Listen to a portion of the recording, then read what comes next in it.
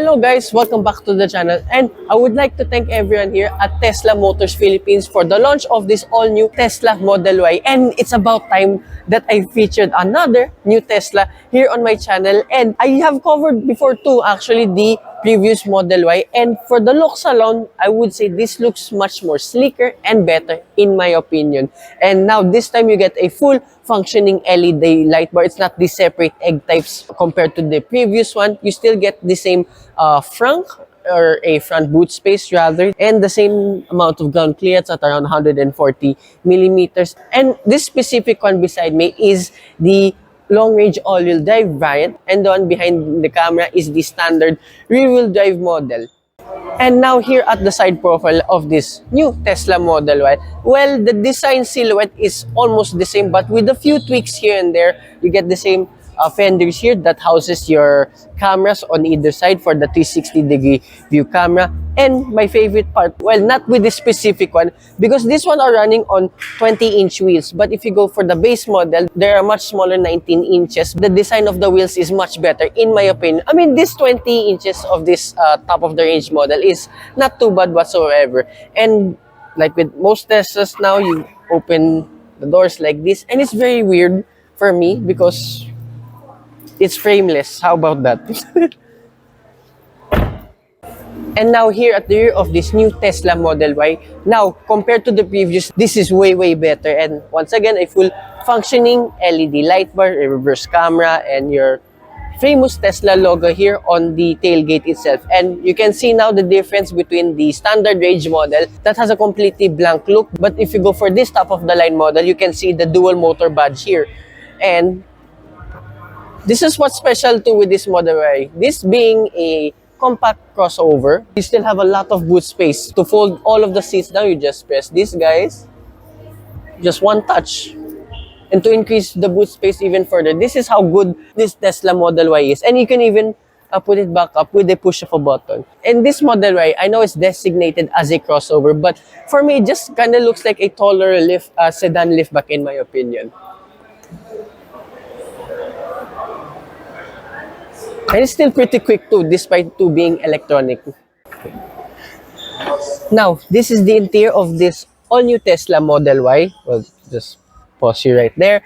Here in the door card, I mean, it's as good as you can get. And remember, in the standard rear-wheel drive model, the interior color scheme is much different than this long-range one. So you get this like denim pants material above here and white materials. If you go for the standard range one, it's all completely black. And how to open the doors, again, it's a push of a button. And a nice detail here, once you open or close the doors, the windows go up for some reason. I think it's just a safety thing. And the design language here is, again, pretty much the same like the previous one. The steering wheel is chunky. The buttons here can interchange, like for controlling your wipers, your side mirrors, and all that. And yet again, everything has to be controlled here in this infotainment system. As you can see here, the resolution, the response time is one of the smoothest I've ever encountered. Like from your lights, the driving dynamics, the charging, and a lot more safety features.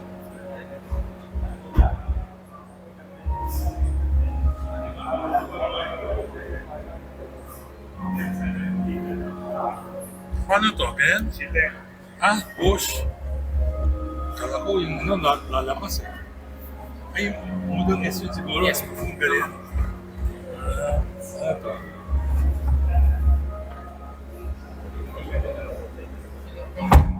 Two wireless charging pads below here, and then open these trays up. One for your storage area, and then another here for two cup holders, and then center console box. Oops, let me get that straight. There you go. There's a much larger space here along too with an LED light. And funny enough to how to open the glove box, again, you have to control it here. But once you get used to this Tesla infotainment system, it's pretty easy to find. So there again, touch it on the screen and it reveals a decent amount of space. And there's a USB port just inside. But to close it though, you have to do it manually now. I wish it was a two-touch system to close it too, but that's just me nitpicking. And above here, you get your hazard light. Weirdly, it's above here, LED lights, sun visor, magnet cover for your vanity mirror and LED lights. And of course, it's a Tesla. They extend. Very good on that. from the standard rear-wheel drive variant, it has black seats. But if you go for this top-of-the-line daddy goodness, it's all white. This is more like it. And of course, this one feels more premium now than usual. But which is standard to in both variants. You have ambient light that stretches all the way across the dashboard. That's a very nice piece.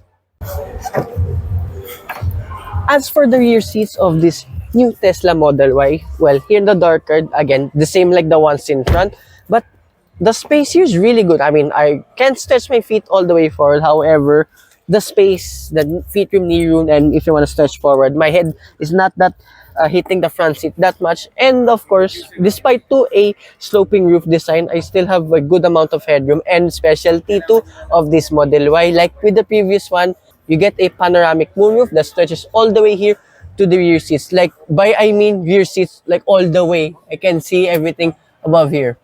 That's cool. And you have an 8-inch rear touchscreen to control all of your air conditioning, to watch all of your Netflix and other apps like YouTube as well. And you can play whatever games you want here too. And more controls here for the seat warmers. And to move the air conditioning vents again, you have to do it all here. But having previously tried out numerous Teslas already, I got the hang of it quite easily. And you get two map pockets on either side. And here in the middle, if there's no one sitting here in the middle too, you have a central armrest with two cup holders. And if someone sits here in the middle, it's really good too. The cushion is really soft, but this one's a little bit stiffer than either the left or right side. And there is no transmission tunnel whatsoever. That's what I like. Now, for the cost of all of this, so if you want the standard rear-wheel drive variant, that starts at 2.3 million pesos. And for this long-range all-wheel drive model, it stands at 2.6 million pesos. And don't worry, folks, if you want to add more stuff for this vehicle, you can do it in the Tesla website. And you can add more of the autopilot features if needed. So this, what we get here on display are the basic autopilot features. If you want the full enhanced autonomous driving, yeah, it will cost a lot, but hey, at least it's still available. And for the specs of this vehicle too, I can't find the battery sizes, but I'll put it just here all on screens. So for the 0 to 100 time of the rear-wheel drive van, it stands at 6.1 seconds and a WLTP range of 520 kilometers. And for this all-wheel drive long-range van, this has an acceleration time of 4.3 seconds and a WLTP range of 629 kilometers. So that is quite a lot for an EV. So I understand why a lot of people even today prefer Teslas as their first electric vehicle, and maybe you should buy one too. So with that again, I'd like to thank everyone here at Tesla Motors Philippines for the launch of this all-new Tesla Model Y. So hope you guys like and subscribe, and I will see you with more Tesla reviews coming right up. Bye-bye. This car is so comfy, I just want to sleep here. Peace out.